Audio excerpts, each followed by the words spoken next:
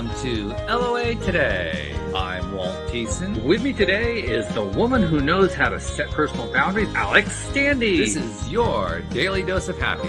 We are so happy you decided to join us today.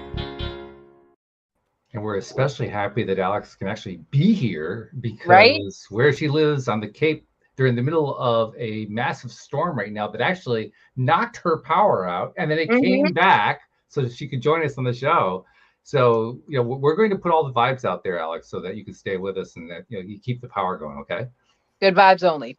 Yeah, good. Oh, well, yes, I should have specified. You're right. The high vibes, right? Yeah, we don't want the low ones. Keep those away. Yeah. Yeah. No, I'm glad. I'm really glad that you were able to make it today. So that's a good thing. Did the storm hit you at all? I think it kind of bypassed us. Okay. I mean, we got some rain, but I mean, like early this morning there was a thunderstorm, but it wasn't anything to get excited about. We got rain without storm. Like we had some pretty heavy downpour earlier, but there was not lightning and thunder and all that kind of stuff. Oh yeah, it's a full Monty over here. Oof. Okay. Well, then we're just glad you can make it. It's a wonderful thing. Yes. We do. Once again, we're not really sure if Dan's going to be able to drop in one of these days. Hopefully he will. We haven't seen him in a while. We got to catch up with the guy. But he said September is hard for him because of the time zones and traveling and such. And he's been doing a lot of traveling. Let's be honest. He has been globe trotting. I mean, this guy is just, he lives an amazing lifestyle. That's the only thing I can say.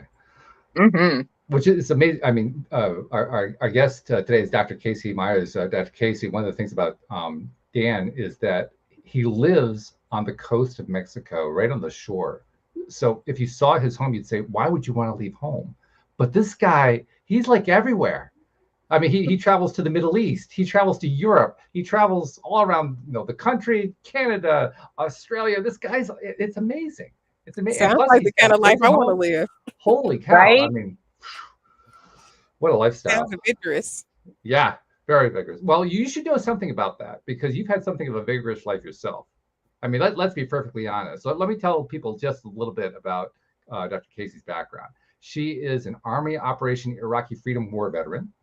She has experienced PTSD. Her mother tried to kill her. I'm still having trouble coming to terms with that one. I don't think we can say that anymore. It's unalive now. Okay. Yeah. She tried to cause great bodily harm. There we go. All right. I'm more of a direct person, but hey, I'll go with that. That's fine. It's okay with me. I'm just glad you're here. That's the best thing. Right. But I mean, there's like this long list of stuff. Plus, you're an ordained minister. You have your strong religious background. You've been through surgeries of various kinds. You've had. I mean, it's like been one thing after another. Some of it great. Some of it like, oh my God, and some of it like, how do you breathe?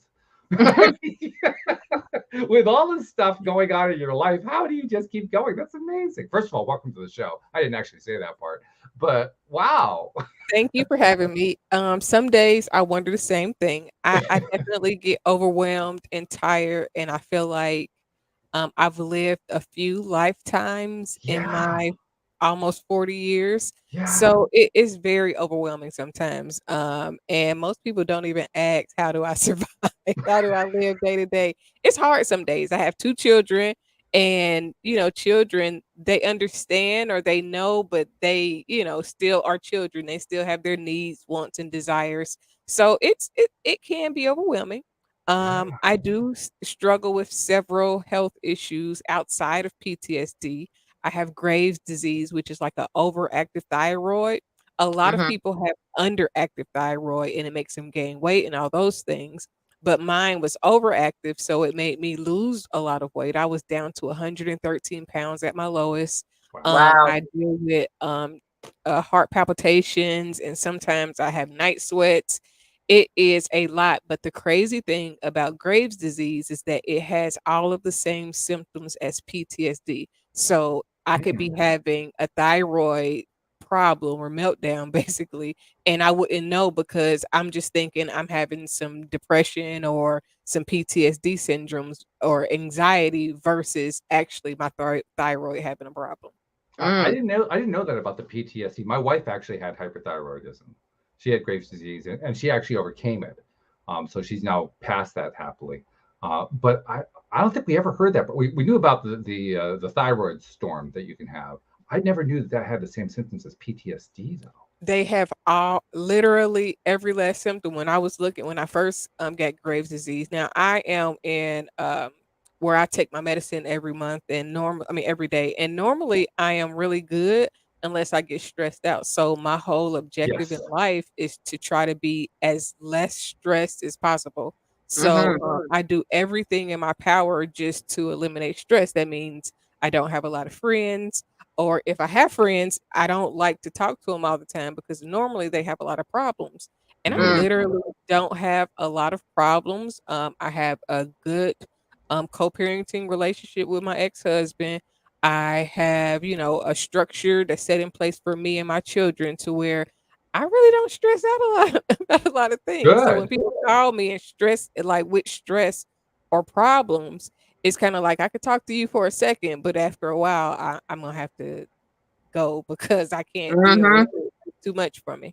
I hear you, and I can definitely second that because in my wife's case, it was definitely stress and mindset, to be perfectly honest, that accompanied the onset of the Graves' disease in the first place. And she had to make massive changes in her mindset, which she did. That's how she ended up. Basically, they told her well, I'm sure you've heard the same thing. If you're a patient with that particular malady, they tell you, well, eventually you're going to have to either get your thyroid burned out, or you're going to have it surgically removed, or you're going to be on drugs for the rest of your life. Those are the options they pretty much give you. And we said, yeah, no, that's not going to happen. we both agreed that was, and she managed to overcome it, but she overcame it without their help. I mean, that's not true. They gave her the medication, but they didn't give her the support. They said that mine was so bad at the time that my bones would start to brittle, and it was so and I was going through a divorce at the time. My children were a lot smaller. So I was kind of like, okay, like let's do something now. So I did have the radiation treatment. You did. And it wasn't that bad. I actually think that my thyroid would function normal if I weaned or if they would wean me out, but they're not going to wean me out. But I think that it could still function normal because like I just had a thyroid test the other day and my thyroid levels are high and I'm on medication. So that means they have to cut back my medication. So I think that with the right, if I went to a doctor outside of the VA, because I'm a veteran, I went to a doctor outside of the VA and I sought the treatment to kind of wean myself off of it so that I could get my thyroid functioning better, it could work on its own, to be perfectly honest, because but they're not gonna wean me off. They like it's a business. They make more money that way. It really is. Yeah. My wife went through the business. My wife I'm happy for your wife though.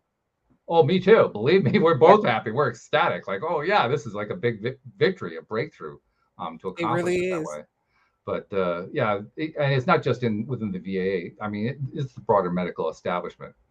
Yeah, I had to wean myself off because they were trying to keep me on it. I was like, I would miss medication and then not realize I missed it. And then they would test my thyroid and they'd be like, oh, your levels are great. And I'm like, really? Because I haven't taken any in like 3 weeks, maybe a month. So I was just like, I just told my nurse, I'm like, just don't put it in the box. Don't put it in the box. See, and they make you so fearful to where you are afraid to do anything outside of their practice. Right. Absolutely. Yeah. It's something we've talked about a lot. We've had a number of physicians here on the show in a variety of different specialties over the last 6 months or so. And I'm actually thinking about having a doctor's panel at some point. I think that would be kind of fun. But each of these doctors are medical professionals who have started to take certain steps outside of the norm because they found within their own specialties that they really couldn't handle it and help people the way they wanted to help them. So they started taking on alternatives, which is that's daring if you're a medical professional. And so I hear their stories and I start to feel encouraged that maybe it's not even a glass wall, it's a concrete wall. Maybe the concrete wall is cracking a bit. But then again, I hear your story and I say, well, maybe they're sealing it up. I'm not sure.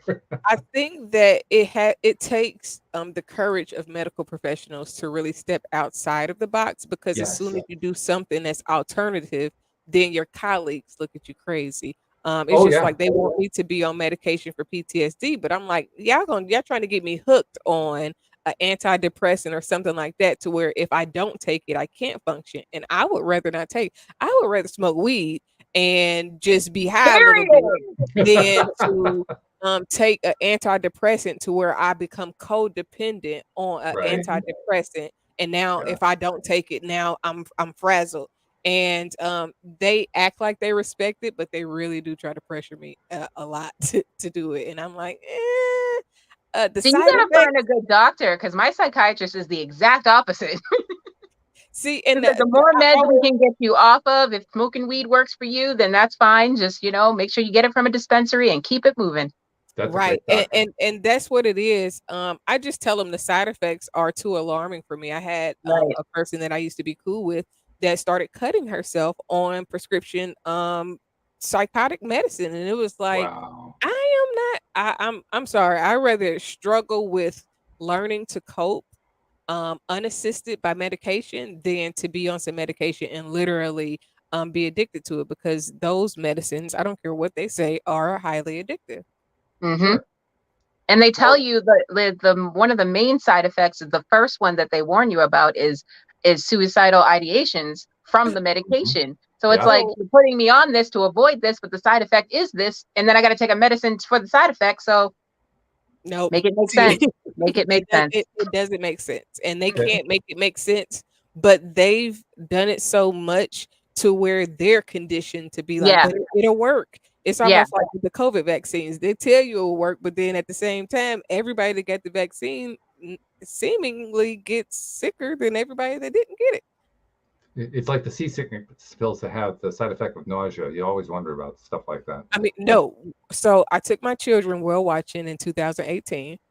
We went to California, and we got the medicine. Like, we were just a little bit like, ooh, a little bit at first. And then we took the medicine, and I definitely vomited. I'm like, this is supposed to help. It did not help. It did not. It made it worse. Let me tell you, I went on my first whale watch not even a month ago. My first time on a boat ever. I was prepared. I had my Dramamine, I had the C-bands, I had Zofran. I was ready to go, and I threw up all over everything. Oh. And I'm to the point where they were like, okay, guys, we're going to turn this boat around. I think all of the things that they try to give you to help you be better, it really makes you worse. It's like a I probably could have just wrote it out, but yeah. Well, at least you tried to be prepared. I was.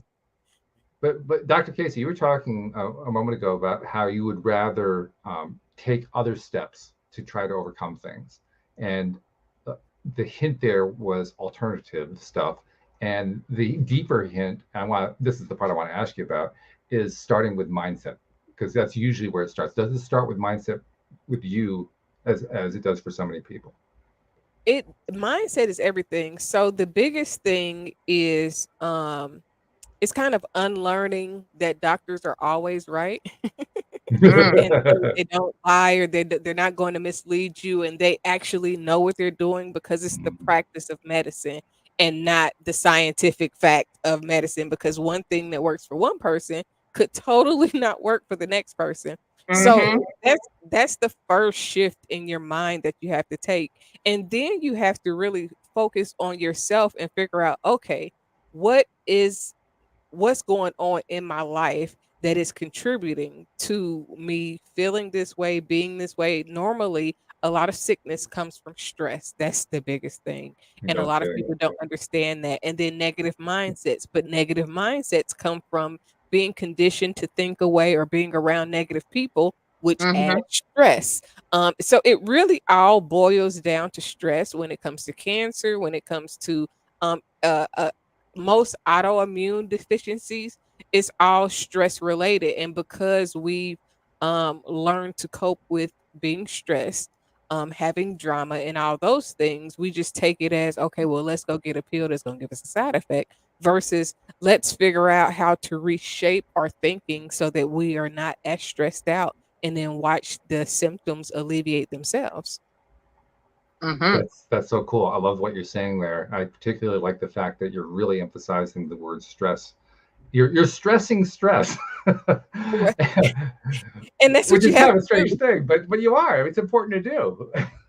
I mean, I think because we don't actually realize how much stress plays a role in our overall health, we think the stress and drama is normal. We think the dysfunction is normal. Right. And there is a commonality to dysfunction, but it's not normal. So we get comfortable in family feuds, in being uneasy, or just having friends that are not real friends, but kind of bite you on the back, kind of, beat you down in little ways or talk negative. There was a guy that tried to talk to me via Facebook a couple weeks ago, and like last week he sent me a message and he was like, "I can see the brokenness in you." Wait a minute. Wow. Ooh. Wow. Ooh. Where do you see Wow. brokenness at? Like what part of what? And he was like, "Well, I was trying to trigger me."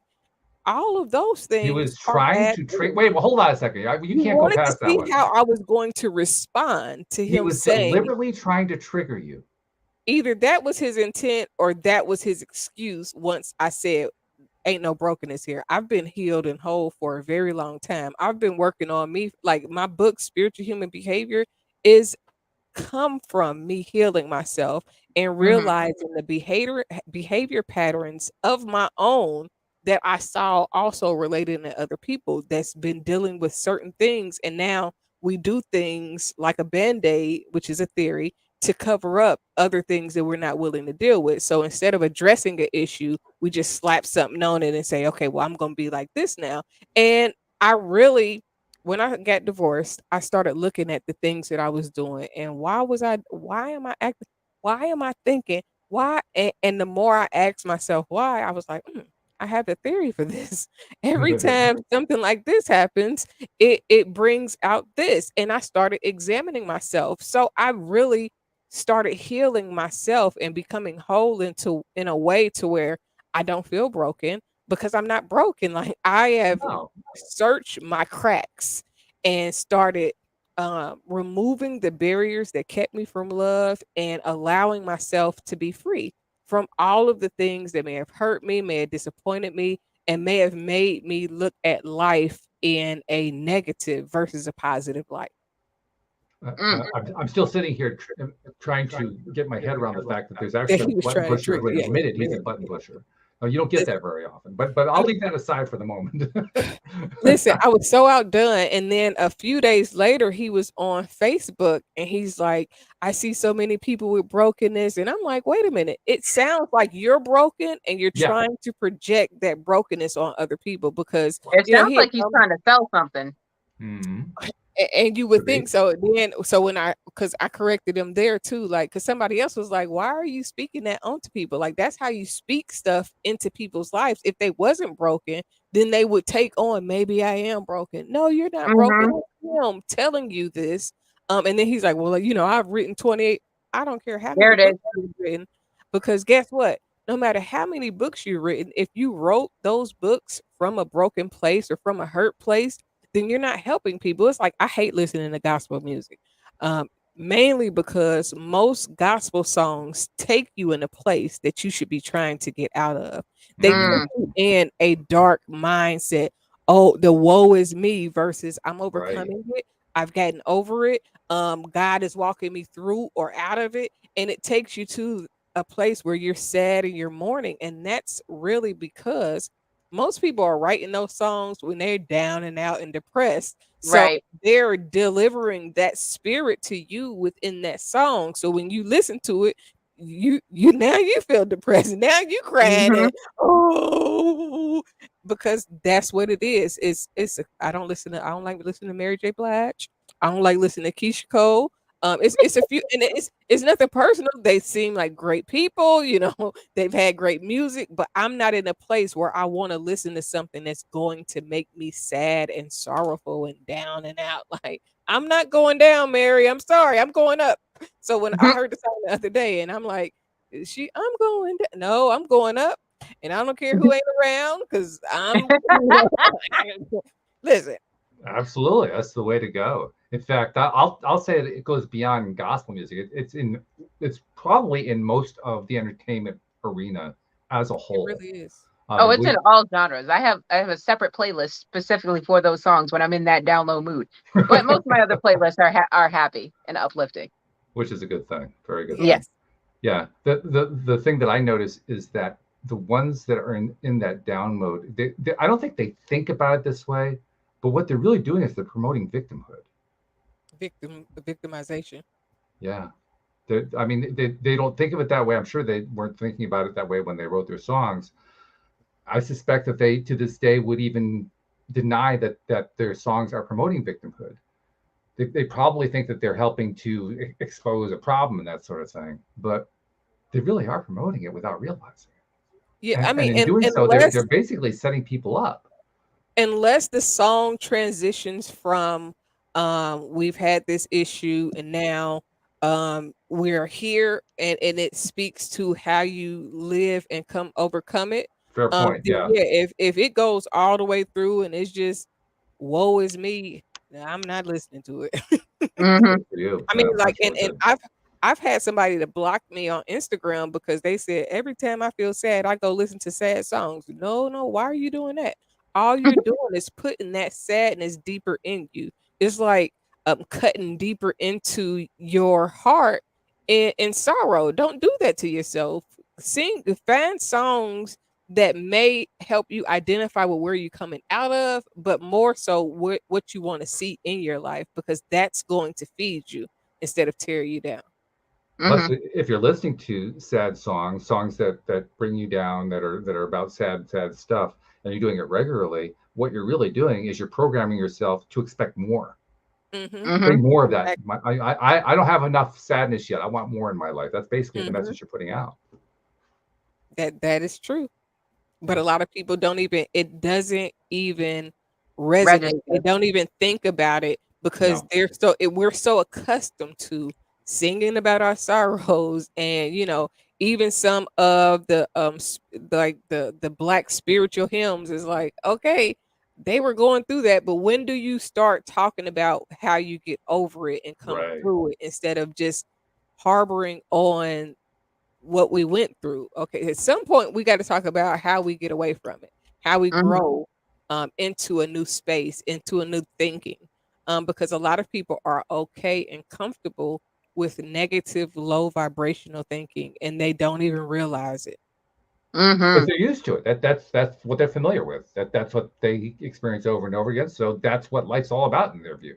They don't know anything different. I think it is that we are born into sin narrative that comes from religion. Because if you think that you're a sinner, then you think that there is nothing that you can do right. You think that automatically everything that I'm doing is wrong, and it makes you lose confidence in yourself. Then a lot of religion tells you don't trust your heart, don't trust what you're thinking. And the truth is, you have to learn how to navigate your emotional compass so that you can trust when you are going down the right path. Now, don't trust the negative, the volatile, the things that are like telling you to do something crazy or not so smart. But trust the things.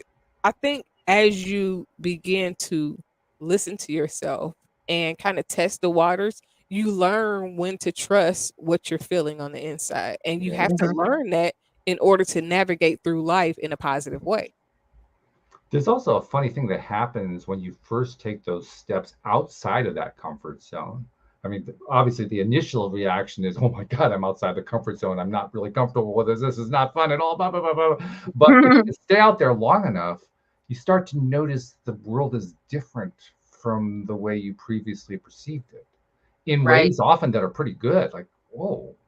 And I think one of the most common reactions to that is, oh, well, that's got to be dangerous. I got to go back into the comfort zone because I'm not used to that. I'm not used to that good feeling stuff. The real thing is that the people around you will make you feel like something is wrong with you because you're not thinking the way that they think anymore. So now it's like how your background is. You're out of space somewhere, and they're like, "Well, wait, you doing too much. You shouldn't think like that." Are you sure? And they try to put the doubt in you. And I don't think that people do it on purpose. It's just the conditioning of what they're used to. And that comfort zone of because literally you will lose a lot of friends when you start thinking too positive, because you won't want to be around the people that's talking and thinking negative. You begin to be like, okay, well, you're not even talking like you want to get better, like you want to grow, like you want to improve. You're talking as though you're comfortable with less or the bare minimum. And as you get in your I deserve more phase, you'll realize that a lot of people aren't equipped to be around you as much, because now you don't have as much in common. Right. Yeah, that's one of the things that happens a lot, isn't it? You start to make changes in yourself. And the way I experienced it was, I think a lot of people experience it this way. All of a sudden, you find your friendships shifting. Certain people start to move out of your life. Certain other people start to move into your life, often without any intention on your part. Like, I'm going to change friends. Nothing like that has to happen. All that happens is you've been changing yourself. Right. Yeah. Just because you change your vibe. Yes. You don't have anything in common no more. When it's like some people, you go around and all they do is gossip. All they do is talk about, complain and talk about their problems, like I was saying earlier. So when you decide, you know what, I'm not going to gossip no more. If it's not anything positive, I don't want to talk about it. I changed to the point to where I don't want to be around people that I want to talk about when I leave them. So if I'm going to talk negatively about you when I leave, I don't even want to be around. I might as well just not come around, because I'm not going to have nothing good to say. And when you do that, it's you definitely figure out who's really worth being around, because a lot of people, if you're not talking about nobody or gossiping or talking about the latest reality TV shows, then you really have nothing at all to talk about. Well, you're also identifying your own self-knowledge. I mean, by saying yes, or no, I don't want that. Yes, I want this instead. You're basically saying, I know my own mind. I know my own preferences. I know where I want to go. That's really the start to a mindset right there. You have to decide what it is you want for yourself, because a lot of people live life as a group think project. And if the group says that we can think this way, then let's think this way. But if they say that we can't, then we can't think like that. And coming to individuality is the hardest thing about shifting your mindset, because you're used to just going along to get along. Whatever makes the gander happy, the goose follows, instead of saying, you know what, I might not like to think like this, or I might not want to do this the way that everybody says that it should be done. And normally those are the people that end up leading the pack, because they did something different. And then that's when the jealousy and envy can come in, because people are like, well, what makes them special? They decided to do something different when everybody else was cool with just going along to get along. Yeah, that going along to get along, that's actually a very polite way of saying codependent. Yeah. Yes. That's really what that is. Yeah. And but we've been raised on a codependent mindset. And I think most of it starts from religion. And the way the government is structured, because literally religion tells you that you have to go to church, that you have to depend on the way that the Bible or your preacher tells you to live life, instead of leading you to understand your own purpose, your own soul salvation. Because I don't believe sin is cursing or doing something wrong. I think it's when you get away from your purposeful path, when you start just doing anything versus what your heart feels led to do, then that's what's sin to me. Because I mean, I could go to church every single day, but if I don't do nothing with who I am as a person to impact the world, then I have wasted my life in church doing nothing. And what's worse, to be in church and do nothing but go to church all your life, or to go and test and see what God wants you to do in your individual life structure. I would prefer to go and test and let God take me where he want me to be, because one thing that will not happen, unless you start going against your own inner knowing, and you don't really trust yourself and you start following behind the crowd, you will get to where you are supposed to be and you will feel fulfilled. But a lot of times we're so comfortable that we will live an unfulfilled life just to please others. The word sin is kind of an interesting word, because if you dig into the etymology, the origins of it, Now back to the Latin, the original Greek Latin, you find that the original definition is miss the mark. There's no moral attachment to it. It's just you missed.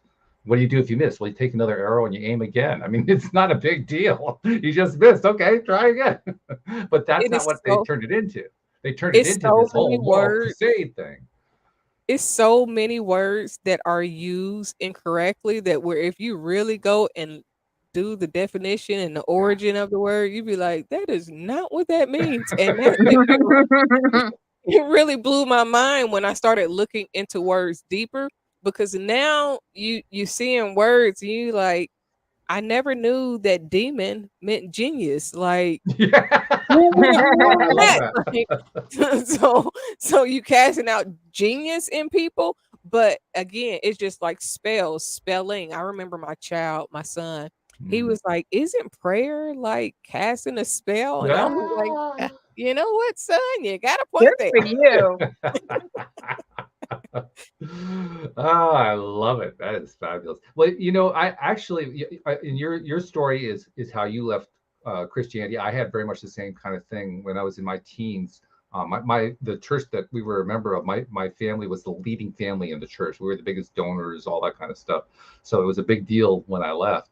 But I left for a number of reasons, and one of the things that I was able to notice pretty early on, I didn't develop it the way I wish I had, because I didn't really have any support to do it. I didn't learn the second part until much later on. But I recognized that there was one thing that the organized religion was trying to accomplish more than anything else, and that was to keep you from going within. You can't trust don't trust that internal voice. You know, don't trust. You got the voice. You got the angels on your, the angel and the devil on your shoulder, and they're trying to talk you. Don't pay any attention. Pay no attention to the man behind the curtain. Right. Who's the guy who's really the voice inside of you. And when I realized that they were doing that, I said, why? And they couldn't give me a straight answer other than, more devil worship kind of stuff. But that's the commonality. They don't want you to go inside, which is exactly where you need to go, because that's where you find all the wisdom. Listen, it baffled me. I think one of the first questions, I was in church for 6 years after I got the military. I was very deep. I used to condemn people and just like, oh my God, you're going to hell for, and then I started studying psychology, and then psychology starts teaching you about the realities of religion.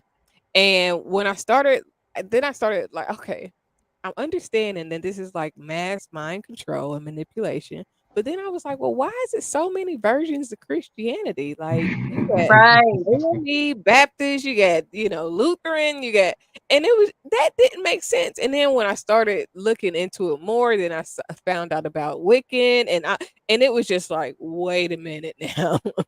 It's a lot of things that are masked as Christianity and religion that are really things that they say that are evil. Like you're witchcraft. They say witchcraft is evil, but when you think about eating of the body and drinking of the blood, even per se, that is cannibalism. Like that, if that's not witchcraft, I don't know what is. Like you are symbolizing eating somebody's flesh and drinking their blood, and you think that is perfectly fine. But if somebody burns some candles or do something that is outside of your comfort zone, then that's witchcraft and that's evil. And I'm like, well, what about all the times that Jesus was by himself, but King James know exactly what God said to him, because nobody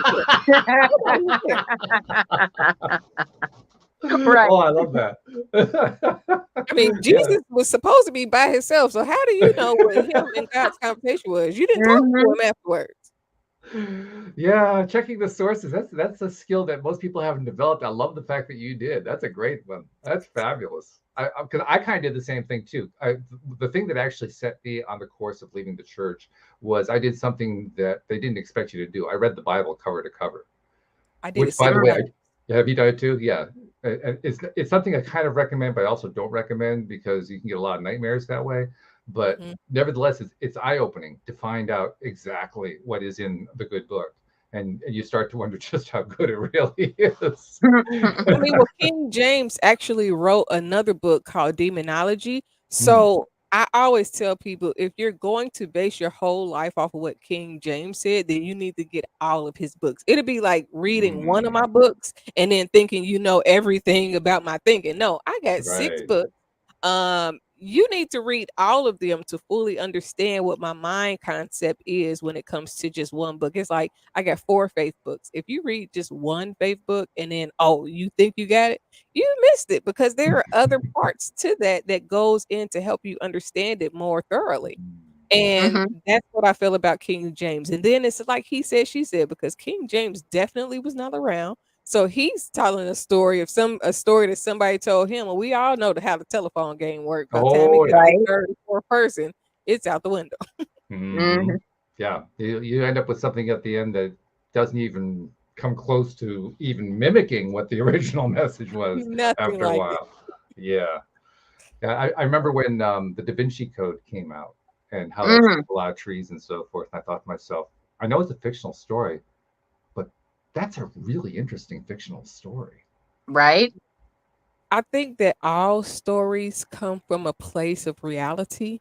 Hmm. It's almost like sometimes we think about things that we think are just so out there, and then if you listen to enough books, you'll realize that somebody else also had that thought process, Yeah. and it Yeah. it may have ended right where your thought process began. And it's our job to kind of develop our thoughts even more, because Mhm. there is always somebody that had some form of a concept, and then you realize, well, wait a minute, it started there for me, but then I developed it more, and that is the missing piece. So every generation, I think our job is to further a understanding, through whatever understanding we have, is to look back and see where else or who else had the same understanding, and then put that knowledge with our knowledge and then grow it some more. I think that's a phenomenon that's really accelerating in these times because of the Yes. internet. I mean, there's Mm. lots of negative things you can say about the internet, but oh my goodness, we have really come to realize just how many people there are out there who think like we do. No matter how we think, doesn't matter what our mindset is, doesn't matter Mhm. what our beliefs are. I mean, that's what social media is all about: linking you up with other people who think the same thing you do, There's a or at least are Facebook on the group same for topic. every thought you have. Absolutely, yeah. And when you grasp just how many other people are focusing on the same kind of stuff you are, that's where I think we finally start to really grasp we really are connected. We're connected Mhm. in ways we didn't even understand before, but we're getting that now, and it's scary. It's frightening, but it's also exciting. It's exhilarating, I and it think I really that's think comes what down to how became you people. can great look of at it. the internet. You Mm. Sorry. know, when the internet first came out, they were like terrified. The Mhm. Y2K, and they was like it was the Oh, end I of the know. I world. was an IT guy. I was part of that. But I think that's where it comes from. The amount of information that is readily available at your fingertips, it changes Mhm. the world forever. It really Mhm. does. Yeah. Now you mentioned books a moment ago. We should talk about yours because you got a few of them. So give us like a little overview of some of the books you've written.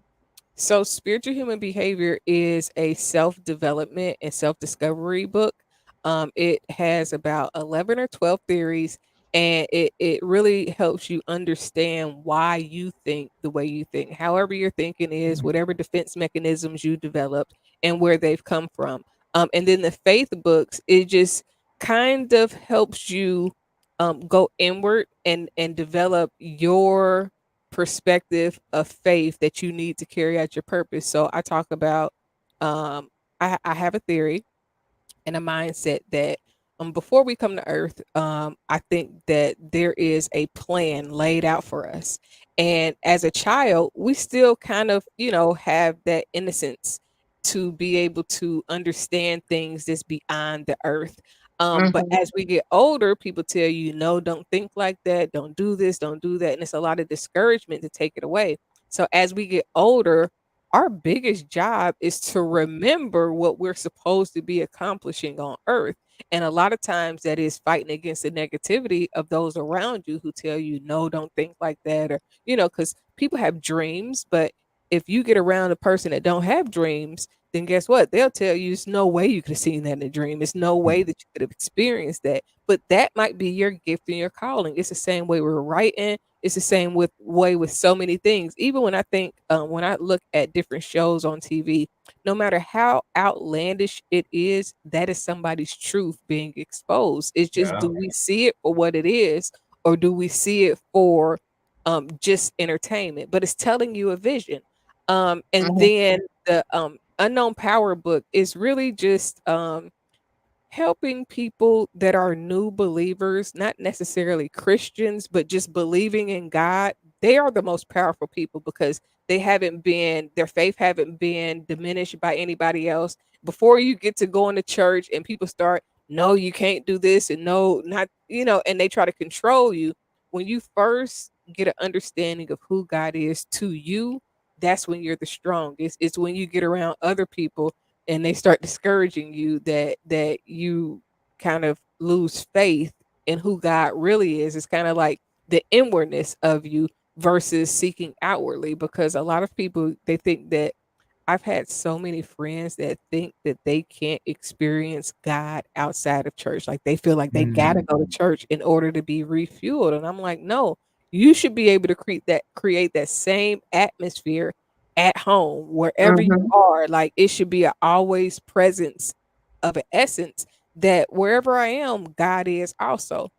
And then my very first book is a book. It is It's My Time. It is an autobiography. It talks about when my mom tried to Unalive. Finalize my life. You don't have to be politically correct as far as I'm concerned. Believe me, you just say it. It's okay. It talks about my first coming into the military, going into the church atmosphere. I actually started speaking in tongues when I was in Iraq. Really? And I got saved way before I went to church, or started going to church. I was actually very afraid to go to church because when I went to church, I could not control what it was. I remember in Iraq, I was going to use the phone and somebody's like, come on over to church. And I was like, all right, if nobody answer the phone, then I'm gonna come over there. And, didn't nobody answer the phone. So I ended up going to church and I was feeling really bad over there. And I went up to the front and they prayed for me. And when I went back to my seat, I was trying to say, thank you, God, but that was not coming out of my mouth. And I was like so baffled, and I'm trying to force myself to say what I'm trying to say, but that's not what I hear coming out.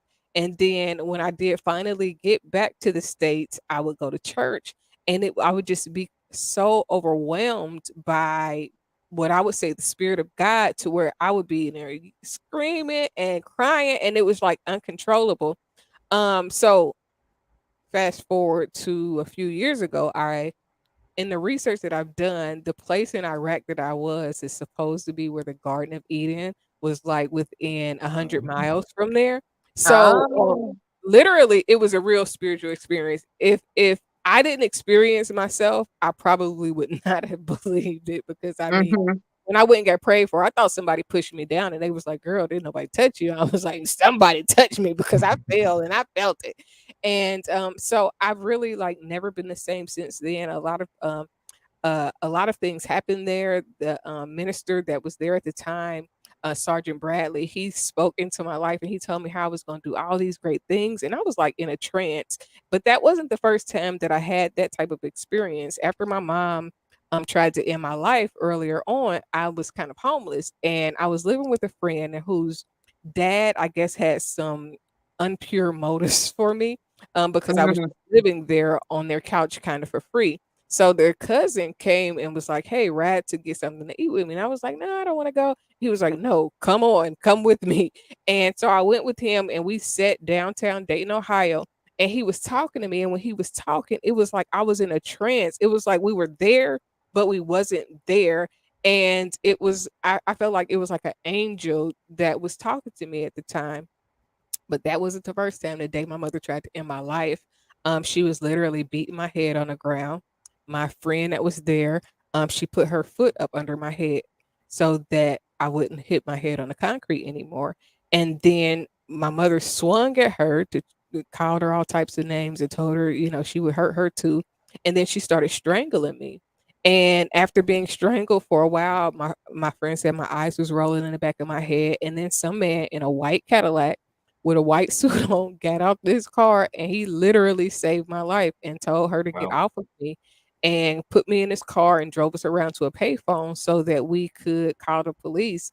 And so those are three experiences of what I believe were like angel presence, because it was just so bizarre and so moving in such a way to where I couldn't even explain it outside of me trying to tell you about it, but you really had to be there, because it was like this man in this white car just came out of nowhere. And like we lived on a busy street, so several people had driven past and seen us out there like literally fighting.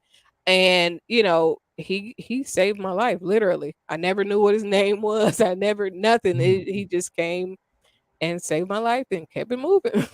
Wow. Yeah. Wow. That's fabulous. That's a great story. That definitely qualifies as a guardian angel, no matter who he was. I appreciate if he's still alive and ever hear any of this, or his family like recognize the car that I'm describing. I appreciate him so much, because I definitely would not have been here. But I've had several near-death experiences that have really baffled me. But I am thankful that God sees a reason. Let me ask you, you talked about talking in tongues, and that often means different things to different people. When I hear that, I hear something very different from what most people hear. But I'm going to put aside what I think about it and get to what you can tell me about it. So my first question I want to hear what you stop, because I want to hear what you think. I got okay. Are you familiar at all with any of the teachings in the realm of law of attraction? Yes. Okay. Are you familiar with Abraham Hicks? No, but I'm going to be familiar once we get finished. Okay. Abraham Hicks is a hyphenated name for Esther Hicks, who channels Abraham. And Abraham is a collective of non-physical beings, spiritual beings, if you will, who come together to feed messages through her. She's the channel. She basically translates it into English so people can hear what those messages are. And she's actually known worldwide. She was actually the inspiration behind the movie The Secret, if you know the movie The Secret. I have the book. Okay. Well, the original movie, because there's actually two versions of the movie. The original movie had her in it, and then they cut her out because Rhonda Byrne was afraid that her presence would alienate people, because, oh my God, she's channeling, so that would scare the daylights out of people. But I personally believe that anytime someone is expressing something that they know they are not themselves consciously expressing it, that is them receiving, however you want to call it, receiving message from God / source / inner being / higher power. It doesn't matter what you call it, but it's receiving that kind of messaging, and that the messaging is intended to be understood, which leads into what my question was. Did you have some understanding of what was coming out of your mouth, or was it just nonsense to you? So first off, when you just said that the light within your face got super bright, let's just start there. But so I was trying to say thank you, God, the original first time, and that just did not come out of my mouth. I was literally trying to force those words out of my mouth, but that is not what I was hearing. But I do believe. What were you hearing? That's what I'm curious. What was the messaging? It sounded like I was just babbling. I couldn't replicate those words that day. That was like, but there wasn't a message that you could discern, is what I'm thinking. No, it was no message that I was discerning. So I for a very long time called myself Kaci the Vessel, because I literally have dreams about babies. I've had dreams about deaths. I've had dreams about people committing suicide. Not the actual act, but the events that led up to it. So I have this prophetic type of essence about myself.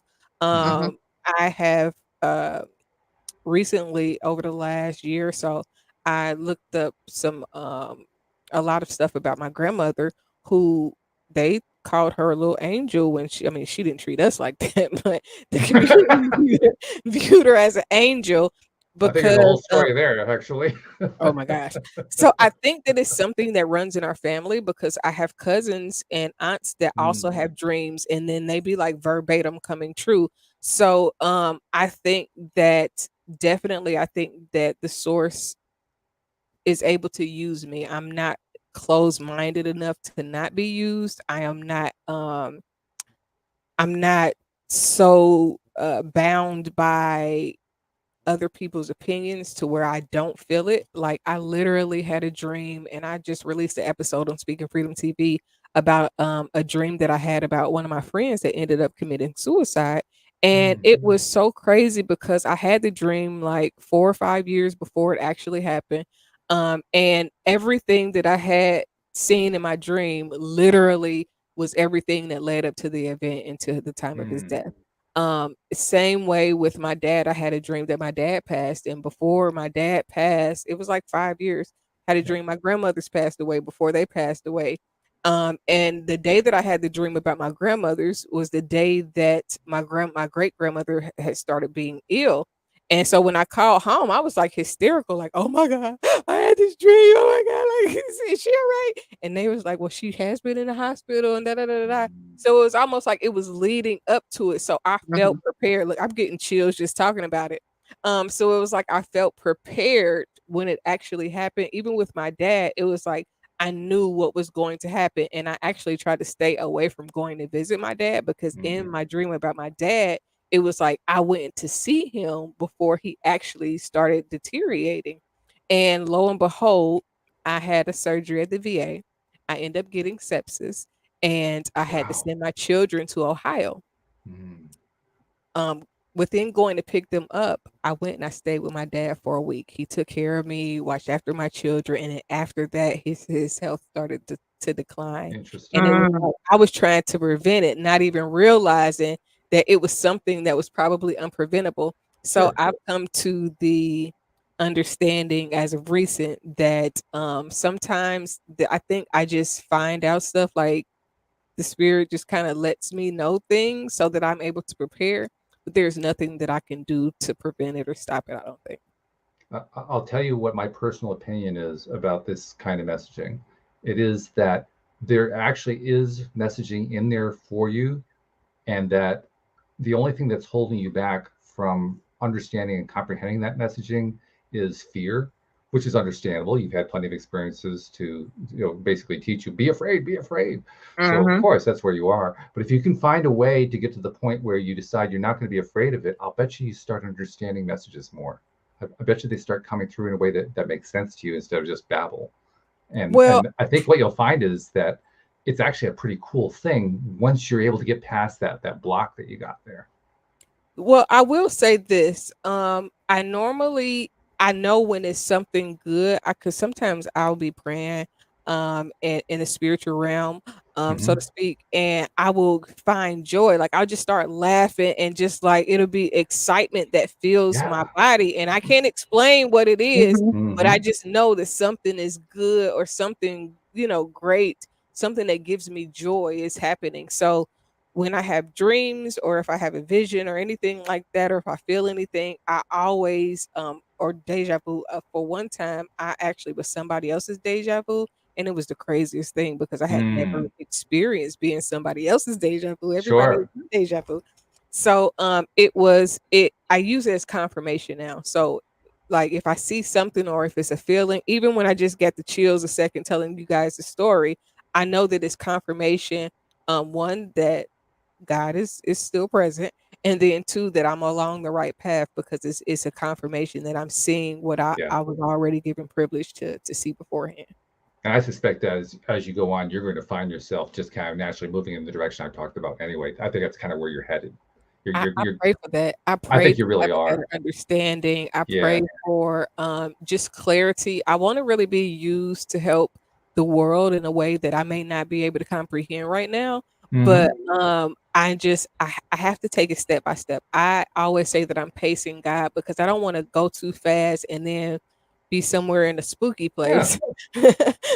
But I definitely try to allow myself to be as open and as free as possible so that I can be used and I can hear clarity in anything that it is that God wants to use me for. Well, plus you need to be able to integrate it at the pace you can handle.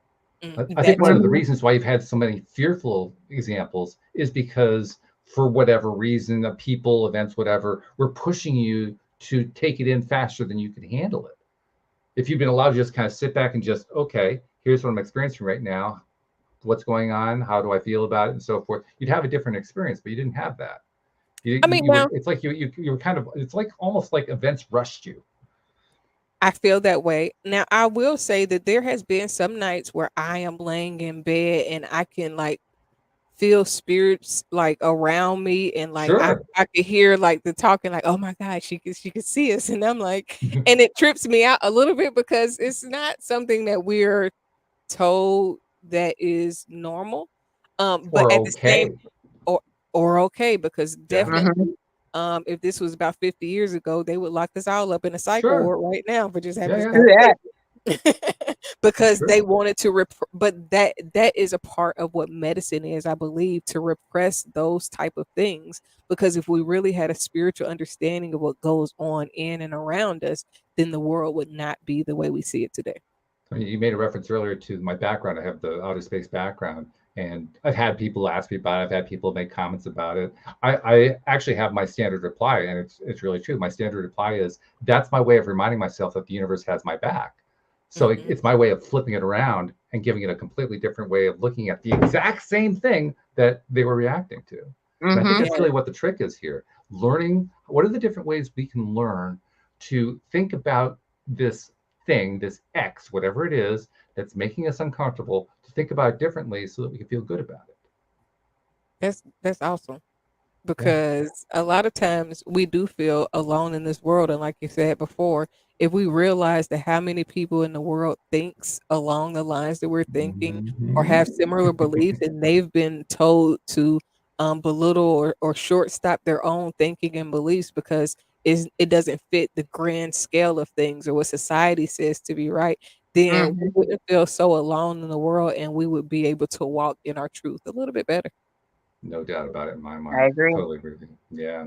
This has been really great. As usual, the hour has flown by, but before we let you go, I mean, just absolutely, this is like, supersonic. This has been really, really fast. I thought it was 5 minutes. I just looked at the clock. Cut it I out. know, isn't it crazy? It's amazing.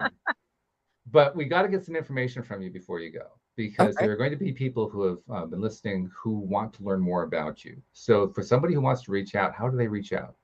Well, you can go to speakingfreedom.org. That's my website. That's my main website. If you would like to just look at information, I have speakingfreedomtv.org, where I have I'm on season 14 now of just me talking about different things. Wow, season 14.